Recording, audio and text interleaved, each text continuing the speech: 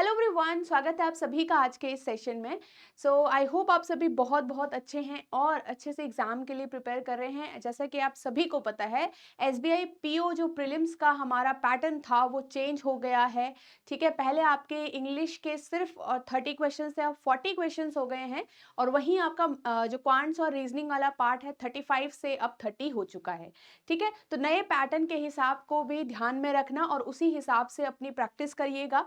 ठीक है, और टाइमिंग आपको पता है, टाइमिंग अभी भी वही है, 20 मिनट्स का हर एक सेक्शन के लिए है, टोटल आपका 60 मिनट्स का है। अब आपका कुछ टाइम पहले यहाँ पे आपका जो एग्जाम डेट्स थी, स्पेसिफिक एग्जाम डेट्स, वो भी रिलीज हो गई है। तो आपका जो फर्स्ट डे होगा वो 8 मार्च को एग्जाम है। ठीक है, फिर आपका 16 मार्च को है एंड 24 मार्च को है। अब यहाँ पे काफी स्टूडेंट का ये क्वेश्चन रहता है कि एडमिट कार्ड कब रिलीज होगा। तो देखो, अगर हम देखें, फर्स्ट हमारा 8 मार्च को जो एग्जाम है, ठीक है, इससे पहले ऑब्वियसली इससे पहले ही आपका एडमिट कार्ड होगा रिलीज। तो आप आफ्टर 25 फरवरी यहाँ पे एक्सपेक्ट कर सकते हो।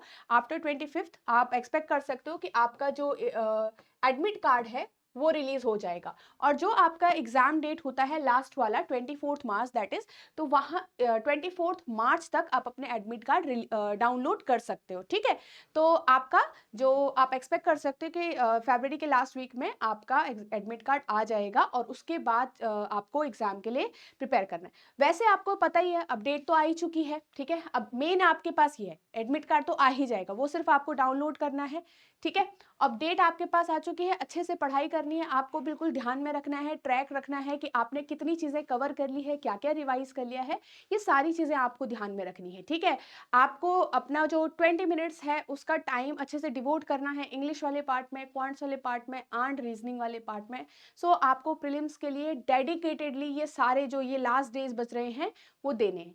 अब यहाँ पे थोड़ा सा उन स्टूडेंट्स के लिए थोड़ा सा मुश्किल हो जाती है कि उनको सिर्फ एक हफ्ते का टाइम मिलेगा जिनका एग्जाम एसबीआई क्लर्क का 1 मार्च को है। तो आपको सिर्फ 1 वीक का टाइम मिल रहा है, बट काफ़ी स्टूडेंट जो है उनका 22 फेब को भी है, 27 को भी है, तो थोड़ा बहुत टाइम मिल जाएगा दोनों एग्जाम के बीच में, है ना। कुछ 10-15 दिन का आप लोगों को टाइम मिल जाएगा। तो अच्छे से जब भी आपका एग्जाम है, दोनों एग्जाम्स के बीच में अच्छे से बैलेंस बनाइए और अच्छे से चीज़ों को प्रैक्टिस करिए।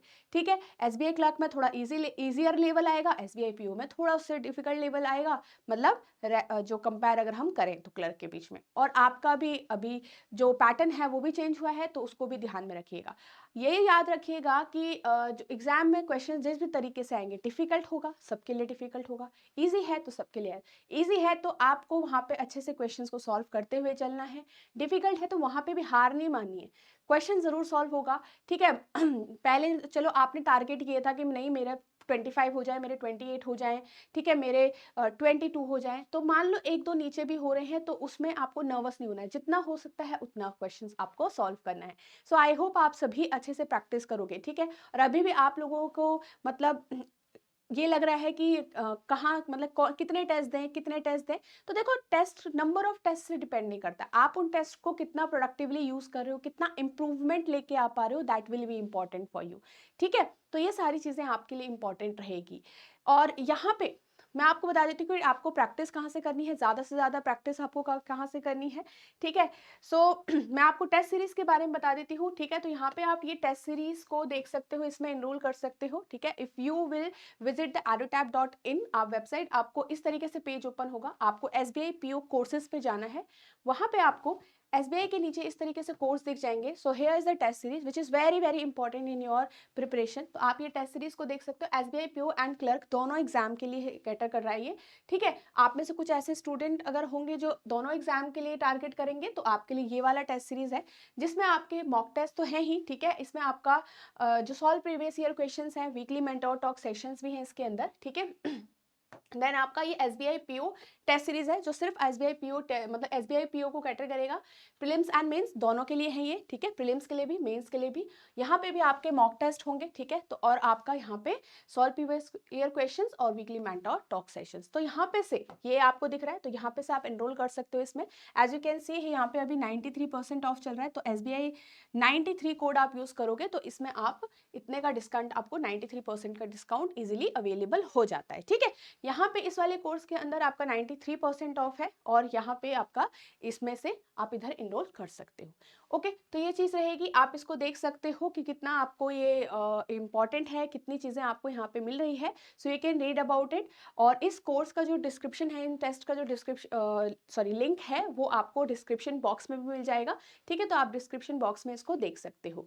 तो अच्छे से प्रिपेयर करना है और आपको डेडिकेटेडली बिल्कुल प्रीलिम्स के लिए प्रिपेयर करना है। ये याद रखिए कि जो आप कंटिन्यूअस प्रिपरेशन करते हो, कंसिस्टेंट रहते हो अपनी प्रैक्टिस में, क्वेश्चन सॉल्व करते हुए, इंग्लिश में पैराग्राफ, रीडिंग कॉम्प्रिहेंशन और क्लोज टेस्ट, ये सारी चीज़ें जब आप सॉल्व करते रहते हो टाइम टू टाइम रेगुलरली, तो आप एक मेंटेन करके चलते रहो, वो हैबिट बनी हुई रहती है। अब वो हैबिट आपको मेंटेन करके रखनी पड़ेगी एग्जाम तक, ठीक है?